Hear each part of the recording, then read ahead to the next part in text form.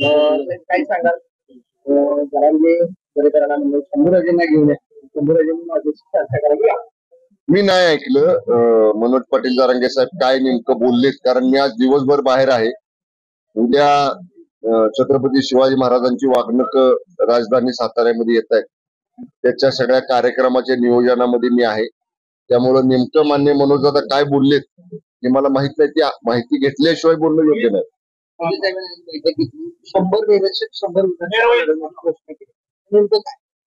हे बघा, शिवसेना पक्षाची एक अशी वेगळी काम करण्याची पद्धत आहे. तुम्ही लोकसभेच्या नुकत्याच एक महिन्यापूर्वी झालेल्या निवडणुकीचं चित्र पाहिले किंवा त्याचे निकाल पाहिलेत. स्ट्रायकिंग रेट शिवसेनेचा किती आहे, लोकसभेचा ही देखील 47% आमचा स्ट्रायकिंग रेट आहे. हे जे नियोजन आम्ही करतो निवडणुकीचं, शिवसेना ही जी वंदनीय शिवसेना प्रमुख बाळासाहेब ठाकरे साहेबांनी या पक्षाला जी शिस्त लावली ना, त्या शिस्तीनं आमचं काम चालतं. ओएसिस फर्टिलिटीच्या तज्ज्ञांनी IVF उपचार पद्धतीद्वारे 1 लाखांहून अधिक जोडप्यांना मातृत्व प्राप्तीचा आनंद दिला आहे. मोफत अपॉइंटमेंट बुक करण्यासाठी आजच संपर्क साधा. म्हणजे आमचा त्या शाखेतला शाखा प्रमुख, त्याच्याबरोबर असणारे त्या गावातले शिवसैनिक, एवढं मायक्रो प्लॅनिंग हे आमचं असतं की लोकसभेला आम्ही केलं, विधानसभेला करू. आणि एका लोकसभेला किमान आमचे 2-2 निरीक्षक असतात. निरीक्षक याचा अर्थ सगळी पक्ष संघटनेतल्या सगळ्या विंग याचा अर्थ आमची मूळ शिवसेना, महिला आघाडी, युवा सेना, कामगार सेना, शिवसेनेची शेतकरी सेना, या सगळ्या ज्या विंग आहेत, या सगळ्या पदाधिकाऱ्यांचं, तिथल्या सदस्यांचं, या सगळ्यांचं एकत्रपणानं कोऑर्डिनेशन करणं, समन्वय करणं हे निरीक्षकांचं काम आहे. आणि आता लोकसभेच्या निवडणुकीपासूनच आम्ही विधानसभेच्या तयारीला लागलेलो आहे. आणि जे उद्दिष्ट आमच्या पक्षाचे मुख्य नेते आणि राज्याचे मुख्यमंत्री माननीय शिंदे साहेब आम्हाला सगळ्यांना देतील, ते उद्दिष्ट लोकसभेच्या स्ट्रायकिंग रेट पेक्षा जादा स्ट्रायकिंग रेट हा विधानसभेला ठेवायचा, याप्रमाणे आम्ही नियोजन करतो.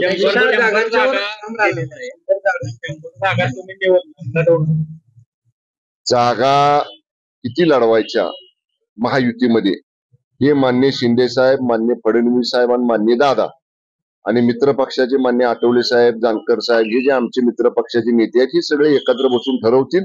आम्ही नेहमी सांगतो की रस्सीखेच जागेबाबतीत आमच्याकडे नाही, चढाओढ जागेबाबतीत आमच्याकडे नाही. आमचं उद्दिष्ट एकच आहे, सभागृहामध्ये माननीय एकनाथजी शिंदे साहेबांनी जे सांगितलेलं आहे की 200+ महायुतीचं एकत्र बहुमत आलं पाहिजे, त्या दृष्टीने आम्ही काम करू. जागा वाटपाचा निर्णय घेण्याचा अधिकार ह्या तिघांना आहे. पुढच्या आठवड्यात जागा वाटपा संदर्भात नेत्यांची बैठक आहे, या संदर्भात काय माहिती? मला माहित नाही. प्रमुख नेत्यांची असेल ना, ते प्रमुख नेते म्हणजे हे 3-4 जण, शिंदे साहेब, फडणवीस साहेब, दादा, हे एकत्र बसून ठरवतील. प्रतापगडावरचं अतिक्रमण आपण काढलं त्यावेळी खूप शांततेत आणि चांगल्या प्रकारे झालं. विशाळगडाचं अतिक्रमण काढताना प्रशासन कुठेतरी चुकलं नाही. प्रशासन चुकलं असं मी म्हणणार नाही. आमचे कोल्हापूरचे पालकमंत्री माननीय मुश्रीफ साहेब त्या सगळ्या प्रकरणावर लक्ष ठेवून आहेत. घडलेला प्रकार दुर्दैवी आहे, कारण अतिक्रमण हे प्रतापगडा ह्याच्यावरती, तुमच्या विशाळगडावरती होतं वर, आणि दगडफेक झाली, जाळपोळ झाली, मोडतोड झाली, ती तिथून 4 किलोमीटर अलीकडे जे खाली गजापूर म्हणून गाव आहे तिथं झालंय. त्यामुळं अधिक जर सतर्कता बाळगता आली असती तर कदाचित त्या अधिक म्हणजे हा अनर्थ टाळता आला असता. पण तरी सुद्धा आता आपण त्याची चौकशी लावलेली आहे. स्थानिक पालकमंत्र्यांनी तिथल्या प्रशासनाला आदेश दिलेले आहेत आणि कदाचित माननीय उपमुख्यमंत्री अजितदादा आज जाण्याची शक्यता होती तिकडं. मला माहित नाही, सकाळपासून मी बाहेर आहे, पण दादा स्वतः तिथं जाणार होते आणि त्या सगळ्या प्रकरणाची माहिती घेऊन निश्चितपणे जे कोणी दोषी असतील त्यांना शोधून काढू आणि दोषींवर कडक कारवाई करू. संभाजीराजेंबरोबर मुख्यमंत्र्यांनी मीटिंग करावी अशा प्रकारचं एक मागणी होती, मात्र ती न झाल्यामुळे हा प्रकार झाल्याचा आहे असा पण आरोप केला जात होतो की मुख्यमंत्र्यांना या सगळ्या अतिक्रमण हटाव मोहिमेचं श्रेय संभाजीराजेंना द्यायचं नव्हतं म्हणून सगळ्या प्रकार. बघा, अतिक्रमण हे अतिक्रमण आहे, मग ते हटवलं म्हणून त्याचं श्रेय कोणाला तरी जाते असा प्रश्न नाही. कदाचित मान्य मुख्यमंत्र्यांच्या पर्यंत आता मुख्यमंत्री महोदयांची छत्रपती संभाजीराजांची बैठक होणार होती का नाही, ती प्रस्तावित होती का नाही याची आम्हाला माहिती नाही. पण असा कधीच विषय नाही. प्रशासन म्हणून काम करताना, राज्याचे प्रमुख म्हणून काम करताना माननीय मुख्यमंत्री महोदय नेहमीच सर्व घटकांना, सर्व लोकांना, सगळ्यांना बरोबर घेऊन सगळ्यांचा समन्वय घालून काम करण्याचा प्रयत्न करत असतात.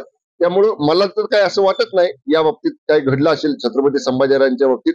केव्हाही छत्रपती संभाजीराजे शेवटी शाहूराजांचे वंशज आहेत, ते केव्हा येऊ शकतात. माननीय मुख्यमंत्री त्यांना केव्हाही भेटू शकतात आणि तसं आवश्यकता असेल तर मी संभाजीराजांशी बोलेन आणि त्यांची मुख्यमंत्र्यांची भेट घालून देईल. बच्चू कडू आणि संभाजीराजे आणि इतरांनी तिसऱ्या आघाडीचे संकेत दिले.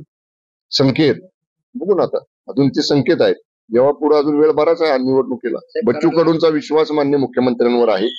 त्यामुळं बच्चू कडू हे माननीय एकनाथ शिंदे साहेबांच्या वरती त्यांचा विश्वास आहे आणि शिंदे साहेबांची चर्चा करूनच ते योग्य निर्णय घेतील. चलो. 4 दिवसापासून पाणी नाही आणि डिफ्युजन सारखे जे हेवीचं काम घेतल्याचं समोर काय बरं आरमुटपणाची. कालच परवा दिवशी जिल्हा नियोजन समितीची बैठक होती. मला त्या बैठकीमध्ये माननीय पृथ्वीराज चव्हाण बाबांनी सांगितलं, बाळासाहेब पाटील साहेबांनी सांगितलं, मेहरबान राजेंद्र यादवांनी सांगितलं मीटिंगमध्ये. मीटिंग मध्येच मी कलेक्टरला सूचना दिल्या. काल कलेक्टर इथे आले होते स्वतः जागेवरती. कलेक्टरने ती सगळी पाहणी केली आणि तात्पुरता पाणी पुरवठा सुरू करायला सांगितलंय. डीपीजीएन असेल कुणी असेल त्याच्या चुकीमुळे त्या कंपनीच्या जर असं काही घडलं असेल तर त्याच्या पैशातनच ते दुरुस्त केलं जाईल. कुणाचे आडमुठेपणा सहन केला जाणार नाही.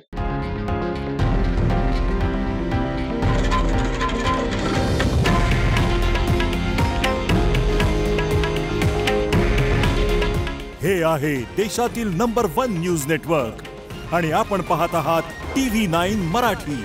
काळजी तुमची, हित महाराष्ट्राचं.